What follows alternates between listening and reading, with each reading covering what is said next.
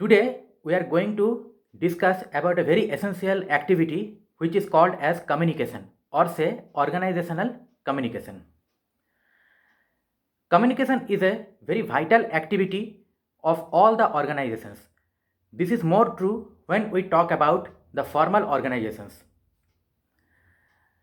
The word communication has been derived from Latin word communis, which means common. Common means common idea, common understanding, common thought, etc. It is a very vital activity of all the organizations and the managers. For example, the contemporary managers spend their two-thirds of time and energy while communicating with others. So rather, we can say that it is a very essential managerial activity or managerial skill, or it is a very essential soft skill. Now, let us know what is actually communication. Communication is a very indispensable activity of all the organizations. It is the transfer of information, fact, thought, idea, experience, knowledge, etc. No organization can exist without effective organizational communication. Communication is the exchange of fact, idea, thought, opinion, even feeling, and it includes some of everything which one person does to make a common understanding or common platform with others. It is the process of passing information from one to another. It involves a systematic and continuous understanding among people. So friends, let us know what is organizational communication. At first we should know what is organization. Organization is a very vast word.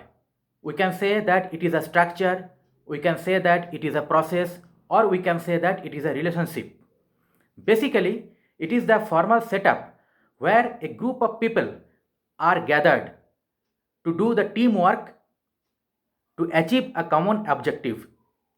We can say that it is a social entity, or rather it is a socio-technical entity.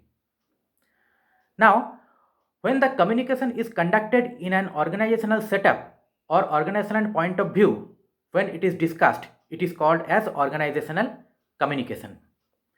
Organizational communication is the sharing of meaning via transmission of message among the people of same level or different level, same hierarchy or different hierarchy.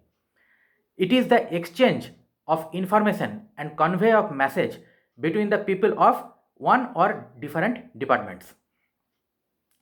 Now, let us move to the different purposes of organizational communication. Organizational communication serves a lot of purposes. Some of the major purposes are better planning, effective operation, decision making, controlling, coordination, motivation, maintaining human relation, and many more.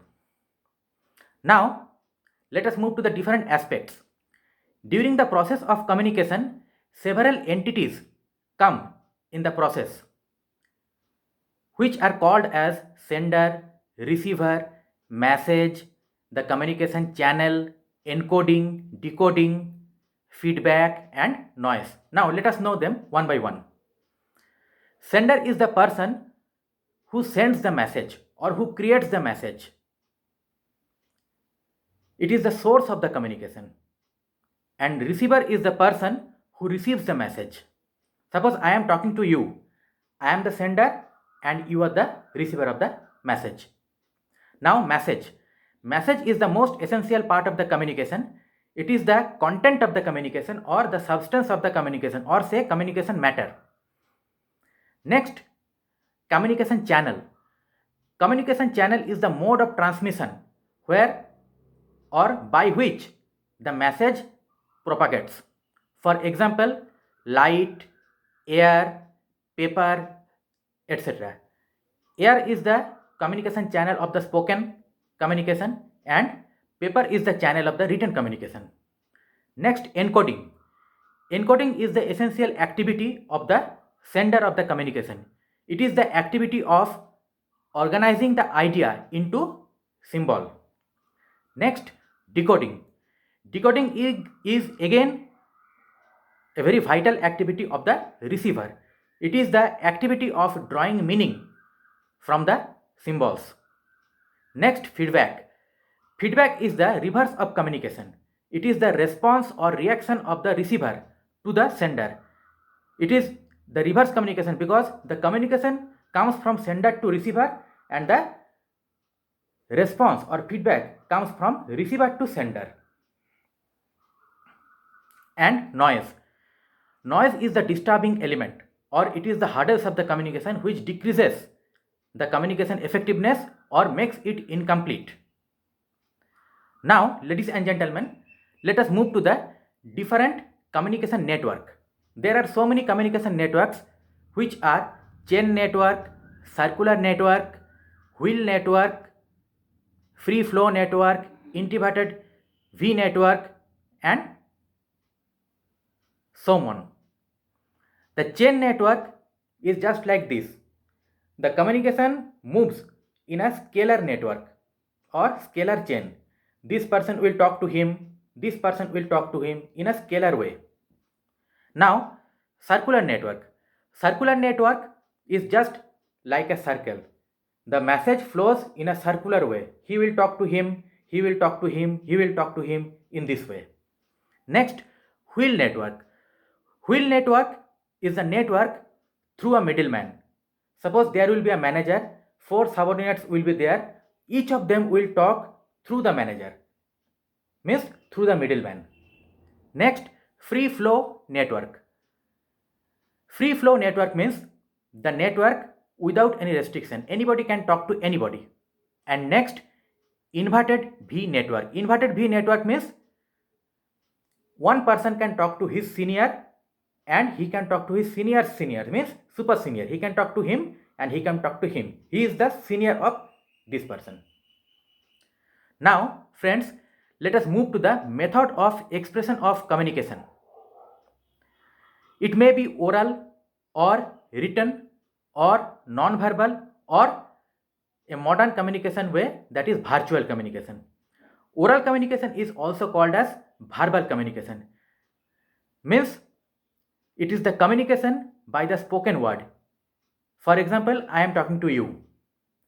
This communication takes place in face-to-face mode. It is the easiest and fastest way of communication and most popular way of communication. Next, written communication. Written communication is the communication which uses the written words, letters, symbols, signs, etc. It is done on the paper or other written media. The example of written communication is, we can say, memo, office order, circular, notice, etc. And the examples of verbal communication or spoken communication are viva, meeting, classroom lecture, etc. Now next, the non-verbal communication. Non-verbal communication is the communication which is neither verbal nor written. It is the communication which uses body language. It is also called as physical communication. For example, eye contact, smile, facial expression, posture, gesture, handshake. These are all non-verbal communications. These are also non-verbal communications. This is very much important because our communication is incomplete with the verbal. Additionally, non-verbal communication is also required to make the complete sense. Next, nowadays, there is another kind of communication which is known as virtual or electronic communication. For example, Facebook, WhatsApp, Twitter, audio video conference, etc. Now, ladies and gentlemen, let us proceed to the channel of organizational communication. Channel of organizational communication may be formal or informal. Formal communication is the communication which is done officially or the path of which is determined officially. There are certain code of conducts for this communication, and Informal communication is just the opposite, where nothing is officially done or there is no any code of conduct. People can do anything.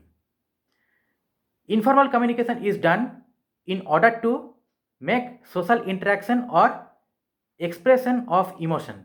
The example of formal communications are meeting, conference, interview, classroom, etc. And the examples of informal communication are, suppose some students are gossiping in the canteen, some employees are organizing social picnic, etc. So, formal and informal both communications are required to make the complete sense in our organizational life and work life.